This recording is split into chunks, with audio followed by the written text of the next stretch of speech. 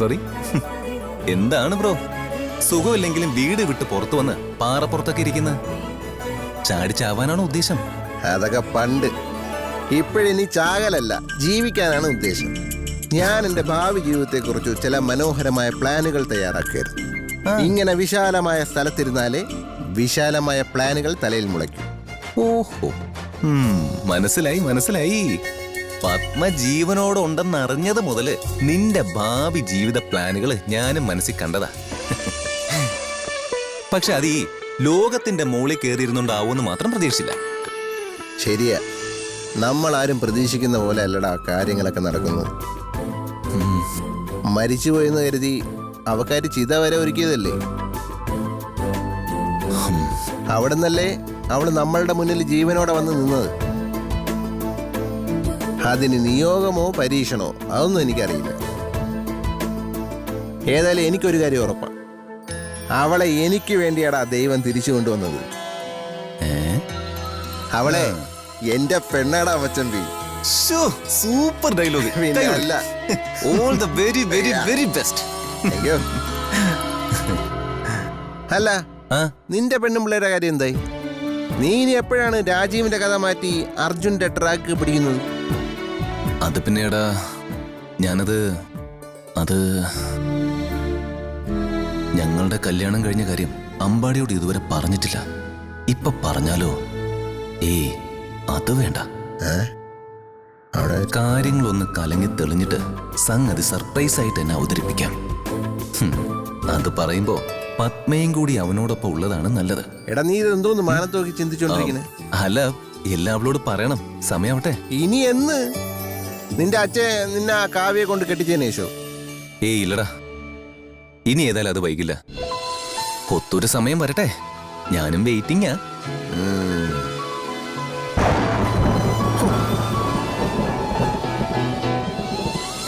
ആഹാ, മിന്നലുടിയൊക്കെ ഉണ്ടല്ലേ. ഇന്നേ മഴ പെയ്യൂന്നാണ് തോന്നുന്നത്.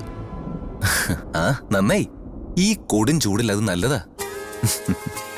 മാത്രമല്ല, മഴയെ കുറിച്ച് എനിക്കൊരു ഫാന്റസി ഉണ്ട്. മഴ, കട്ടൻ ചായ, ജോൺസൺ മാഷ്, ഇത് മൂന്നും കൂടി ഒരുമിച്ച് ആസ്വദിക്കാൻ ഞാനും എന്റെ പെണ്ണും പിള്ളയും നമ്മുടെ ആ പാടത്തിന് സമീപത്തെ ഏർമാടയില്ലേ, അവിടെ ഇങ്ങനെ കെട്ടിപ്പിടിച്ചിരിക്കും. എന്റെ ഒരു സ്വപ്നം അത്. ഏർമാടോ? നിനക്കെന്താ ഭ്രാന്തായ? എന്ത് ഭ്രാന്ത്? അതൊക്കെ ഒരു നൊസ്റ്റാൾജിക് ഫീൽ അല്ലടാ മച്ചമ്പി. ശരി, എന്നാ എന്റെ മനസ്സിലുള്ള നൊസ്റ്റാൾജിക് ഫീലിംഗ് ഞാനും പറയട്ടെ. പിന്നെന്താ, പറ, കേക്കട്ടെ. പ്രേമത്തെ കുറിച്ച് പറയാനും കേൾക്കാൻ എപ്പോഴൊരു രസമല്ലടാ. ശരി, അമ്പാടിയുടെ പ്രണയസങ്കല്പം ഇവിടെ തുടങ്ങുന്നു. യൂറോപ്പിലെ ആൽപ്സ് പർവ്വതനിരകളുടെ താഴ്വര. യൂറോപ്പാ? നീ നാഷണൽ റോമിംഗ് ഒക്കെ വിട്ട് ഇന്റർനാഷണൽ റോമിംഗ് പിടിച്ചോ? നീ മിണ്ടായിരിക്കും, ആ ഫ്ലോ കളയാതെ. പറ. സ്വിറ്റ്സർലാൻഡ് ആണ് ലൊക്കേഷൻ. അവിടെ ആൽപ്സ് പർവ്വതനിരകളുടെ ചൂട്ടിൽ അതിവിശാലമായൊരു പുൽത്തകിടി. അവിടെ അതിനേക്കാൾ വിശാലമായ നിറയെ തടിച്ച് കൊഴുത്ത ജേഴ്സി പശുക്കളുള്ള ഒരു ഡയറി ഫാം. ഞാനും നീയുമാണ് അതിന്റെ പാർട്ട്നേഴ്സ്. അത് കൊള്ളാം, കലക്കി, ഇഷ്ടപ്പെട്ടു. പണ്ടേ പശുവിന്റെ പാല് എനിക്കൊരു വീക്ക്നെസ്സാ. ഗുഡ്. നിന്റെ പെണ്ണുമ്പിള്ള വേണമെങ്കിൽ നമുക്ക് അവിടുത്തെ ജില്ലാ കോടതിയിൽ പ്രാക്ടീസിന് വിടാം. എന്തു പറയുന്നു? അവിടുത്തെ ഏതെങ്കിലും ഇംഗ്ലീഷുകാരനായ രാഘവനുണ്ണി അവള് കൊന്നു ജീവിച്ചോളൂ. നീ എന്റെ അച്ഛനെ സായിപ്പാക്കി കൊന്ന? തീർന്നില്ല, പറയട്ടെ. നമ്മൾ രണ്ട് ഫാമിലി ആയിട്ട് അപ്പുറത്തും ഇപ്പുറത്തും ആയിട്ട് ഒരു വുഡൻ ഹൗസിൽ അങ്ങനെ അങ്ങ് താമസിക്കുന്നു. പിന്നെ നിന്റെ ജോൺസൺ മാഷ്, കട്ടൻ ചായ, പരിപ്പോടൊക്കെ നമുക്ക് സെറ്റാക്കാം. എന്തു പറയുന്നു? ഭയങ്കര ചില്ലറ മോഹമൊന്നും അല്ലല്ലോ നിനക്ക്. മോഹത്തിന് എന്തിനളിയാ നമ്മൾ ദാരിദ്ര്യം വയ്ക്കുന്നത്? അത് ശരിയാ. ഒറ്റ കാര്യത്തിൽ എനിക്ക് വിഷമമുള്ളൂ. അതെന്താ ഒറ്റ കാര്യം? പത്മ BSc നഴ്സിംഗ് കഴിഞ്ഞ പെണ്ണായിരുന്നെങ്കിലേ ഭർത്താവ് ഉദ്യോഗസ്ഥനായിട്ട് ചെന്ന് ഇതൊക്കെ ഒറ്റ അടിക്ക് നടത്തിയെടുക്കാമായിരുന്നു. യോഗമില്ല. അല്ല, ഈ 10ാം ക്ലാസ് ജയിക്കാത്ത പെണ്ണുങ്ങൾക്ക് എങ്ങനെ ഈ BSc നഴ്സിംഗ് പഠിക്കാൻ എളുപ്പവഴി? അതാണ് കൺഫ്യൂഷൻ. നിനക്കൊന്ന് പെൺവേഷം കിട്ടിപ്പോയി അവക്ക് വേണ്ടി പരീക്ഷ എഴുതാൻ പറ്റൂ. ഇല്ലെങ്കിൽ നിന്റെ അച്ഛൻ വിട്ടാലോ? കോപ്പ നിന്നെ ഇന്ന് ഞാൻ നിന്റെ അച്ഛന് മീശയില്ലാത്തോണ്ട് പറഞ്ഞത്. എന്റെ കൈ നമുക്ക് അല്ല വിടറാ. അളിയാ.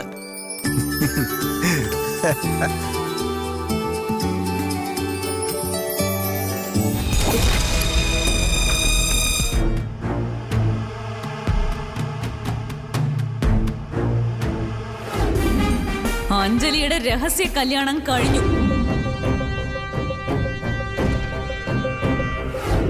നിങ്ങളെയൊക്കെ ചതിച്ച്, നിങ്ങളെയൊക്കെ വഞ്ചിച്ച് അവൾ ഒരുത്തന് വേണ്ടി തല കുനിച്ചു കൊടുത്തു, രഹസ്യമായി താലി കെട്ടാൻ.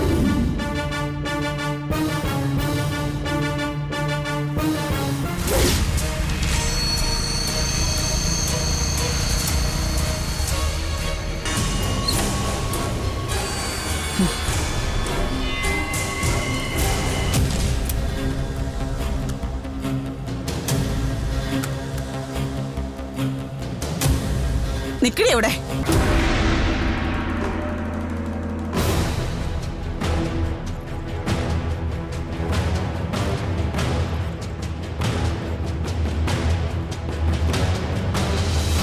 ഞാൻ ഈ കേട്ടതൊക്കെ ശരിയാണോടി? എടി ആണോന്ന്? എന്താ അമ്മേ, എന്താ കാര്യം?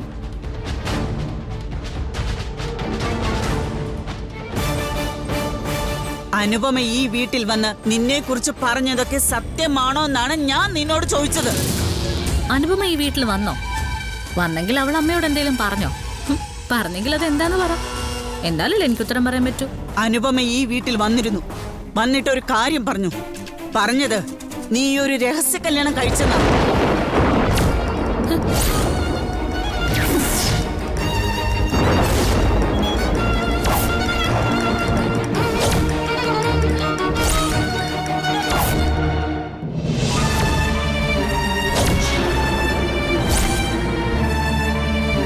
എന്താടി കണ്ണും തുറച്ച് നോക്കി നിൽക്കുന്നത്? നിനക്കെന്താ നാക്കില്ലേ? നീ ആരുടെ കൂടെ രഹസ്യ കല്യാണം നടത്തിയിട്ടാ ഒന്നും അറിയാത്ത പോലെ ഇവിടെ വന്ന് താമസിക്കുന്നത്? സത്യം പറയടി, അനുപമ പറഞ്ഞതൊക്കെ നേരാണോടി? എടി ആണോന്ന്?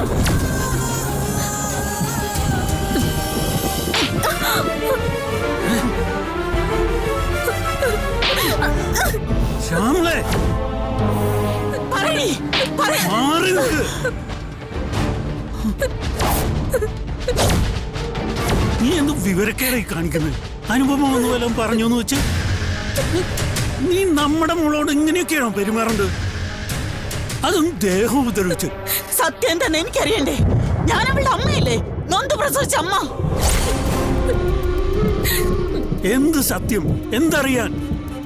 അനുപമയല്ല അഞ്ജലി.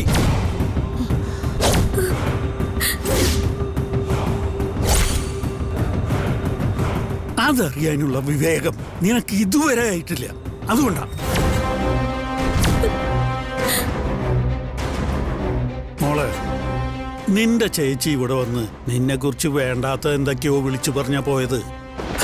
അതിലെന്തെങ്കിലും സത്യം ഉണ്ടോന്ന് അമ്മയ്ക്കറിയണ്ടത്. അമ്മയ്ക്ക് മാത്രമല്ല, ഞങ്ങൾ ഓരോരുത്തർക്കും.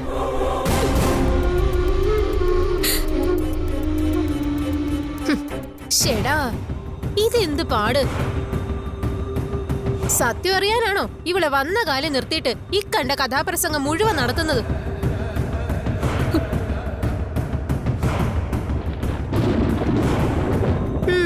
അനുപമ പറഞ്ഞ പോലെ അവളുടെ കഴുത്തിൽ താലി ഉണ്ടോന്ന് നോക്കിയാ പോരെ? ഞാൻ ഇപ്പൊ തീരുമാനമാക്കി തരാം.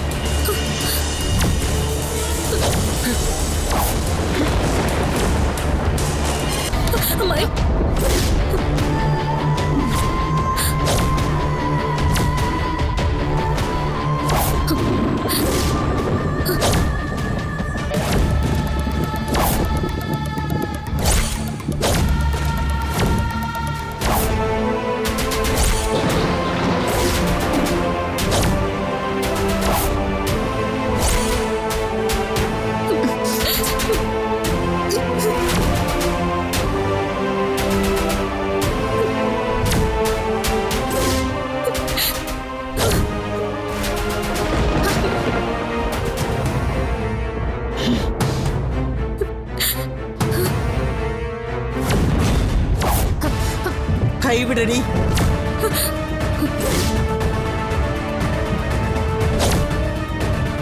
എടി, നിന്നോട് കൈവിടാനാ പറഞ്ഞത്.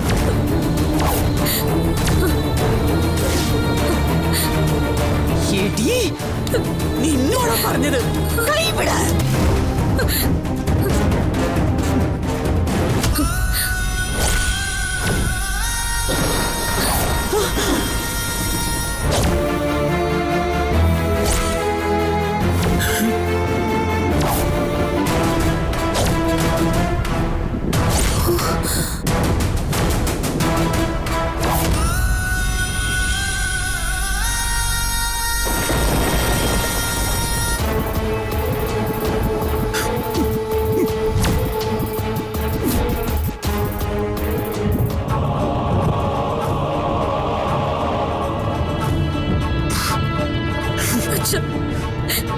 അച്ഛനോട് ക്ഷമിക്കണം. ഞാൻ മനഃപൂർവ്വമല്ല. നടന്ന എന്താന്ന് ഞാൻ അച്ഛനോട് പറയാം.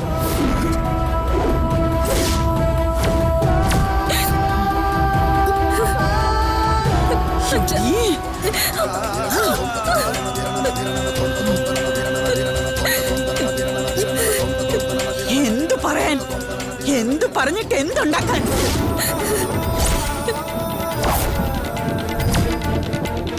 എടി ഒരുമ്പെട്ടവളെ, അനുപമ ഇവിടെ വന്ന് പറഞ്ഞതൊക്കെയും സത്യമായിരുന്നു അല്ലേ? നീ നമ്മളെ ഇത്ര നാളും പൊട്ടം കളിപ്പിക്കായിരുന്നു അല്ലേടി? അമ്മ പ്ലീസ് അമ്മ, ഞാൻ പറയുന്നത് ഒന്ന് കേൾക്കണം. എന്നിട്ട് വേണമെങ്കിൽ നിർത്താൻ നിന്റെ പൂങ്കണ്ണീരും അഭിനയും ഒക്കെ. ഇനി നീ എന്തോന്ന് പറയാൻ? സത്യം എല്ലാവർക്കും മനസ്സിലായി. നീ കള്ളിയടി, കള്ളി, പേരും കള്ളി.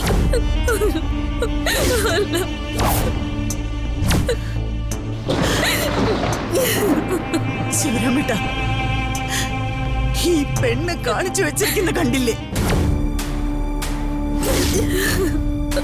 അനുപമയല്ല അഞ്ജലിന്ന് നിങ്ങൾ തന്നെ 1000 വട്ടം പറഞ്ഞതാ.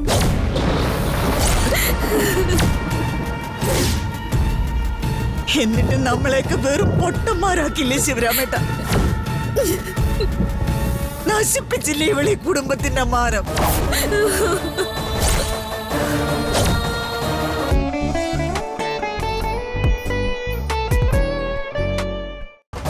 എന്നിട്ട് നമ്മളെയൊക്കെ വെറും പൊട്ടന്മാരാക്കില്ലേ ശിവരാമേട്ട? നശിപ്പിച്ചില്ലേ ഇവളീ കുടുംബത്തിന്റെ മാനം? ഞാൻ അപ്പോഴേ പറഞ്ഞില്ലേ ശ്യാമളെ, ഒന്നും കാണാതെ അനുപമ അങ്ങനെയൊന്നും പറയില്ലെന്ന്. അയ്യോ, അപ്പൊ എല്ലാരും കൂടെ എന്നെ അടിച്ചങ്ങ് കൊല്ലാൻ വന്നു. അയ്യോ, ഇപ്പൊ എങ്ങനെ ഇരിക്കുന്നു?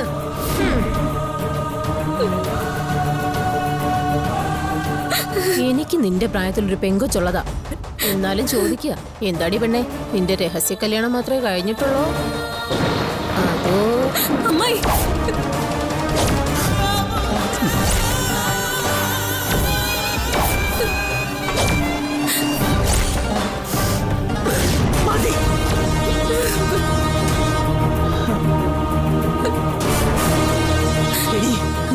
സത്യം പറയടി, ആരാ നിന്റെ കഴുത്തിൽ ഈ താലി കെട്ടിയത്? ആരാണ്?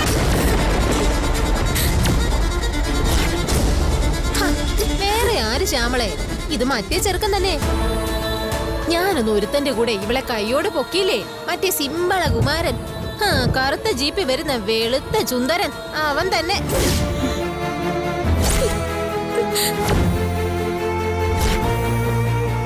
ആണോടി?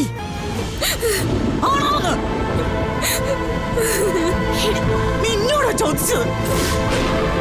ഇന്നലെ പറഞ്ഞ ആ പയ്യൻ തന്നെയാണോ നിന്റെ കഴുത്തിൽ താലി കെട്ടിയെന്ന്? എടി, നിന്നോടാ ചോദിച്ചത്? ആണോന്ന് പറയടി. പറയാനല്ലേ പറഞ്ഞത്? പറയടി, പറയടി. എന്റെ കഴുത്തിൽ താലി കെട്ടിയത് രാജീവ.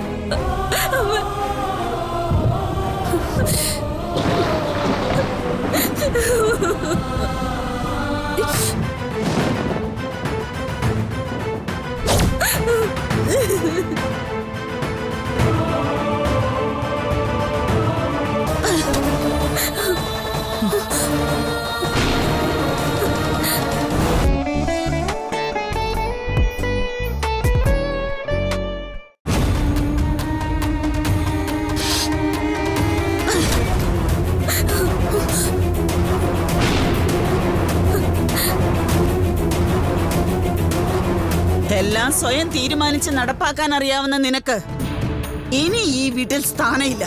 നിനക്ക് പോവാം. അതെ, അമ്മായി തന്നെ പറയുന്നത്. എനിക്കിനി ഇങ്ങനൊരു മോളില്ല.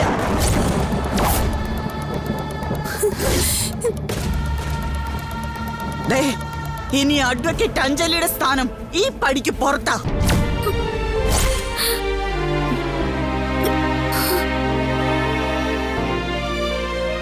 എനിക്കോ ശിവരാമേട്ടനോ ഇനി ഇങ്ങനൊരു മോളില്ല. നിന്നെ ഇനി കാണേണ്ട കാര്യവുമില്ല. നീ ഇനി ഈ കോളനിയിൽ ഉണ്ടാവാനും പാടില്ല. ഇന്ദിരേ, നീ വേണം ഇവിടെയുള്ള എല്ലാവരോടും പറയാൻ. കോളനിക്കാരാണ്, കമ്പനിക്കാരാണെന്ന് പറഞ്ഞ് ആരെങ്കിലും ഇവളെ സഹായിക്കാനോ ഇവിടെ നിർത്താനോ ശ്രമിച്ച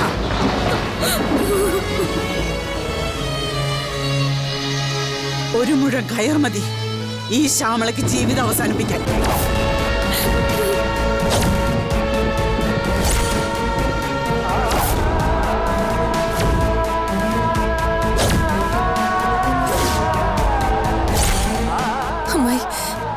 അമ്മ ഇതെന്ത് അന്യായമായി കാട്ടുന്നത്? അഞ്ജലിയെ ഈ വീട്ടിൽ നിന്ന് ഇറക്കി വിട്ട അവൾ എങ്ങോട്ട് പോകാനാ? അതും ഈ സമയത്ത്. മഴ വരാറായി. അമ്മായി അവളെ അകത്തേക്ക് വിളിക്ക്. ബാക്കിയൊക്കെ നമുക്ക് അകത്തിരുന്ന് സംസാരിച്ച് തീരുമാനം ഉണ്ടാക്കാം. ഞാൻ ഒരു മുഴം കയറിന്റെ കാര്യം പറഞ്ഞത് നിനക്കും കൂടെ കേൾക്കാൻ വേണ്ടിയാ. അത് വെറും വാക്കാണെന്ന് കരുതിയെങ്കില് നിനക്ക് തെറ്റി.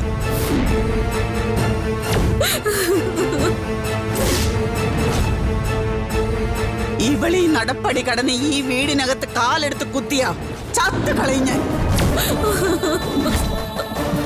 ഞാൻ മാത്രമല്ല, ഇവളുടെ അച്ഛനും.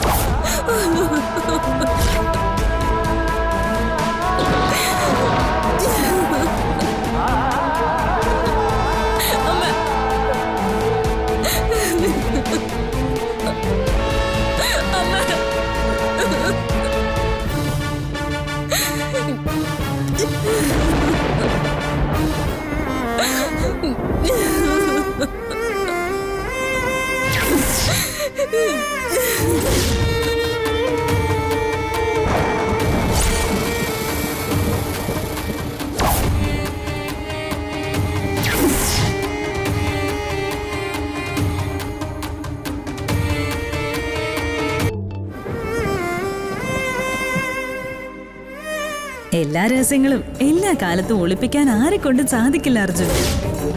അറിയേണ്ടവരൊക്കെ അറിയേണ്ടത് അറിയേണ്ട സമയത്ത് തന്നെ അറിഞ്ഞിരിക്കും. അതാണ് പ്രകൃതി നിയമം.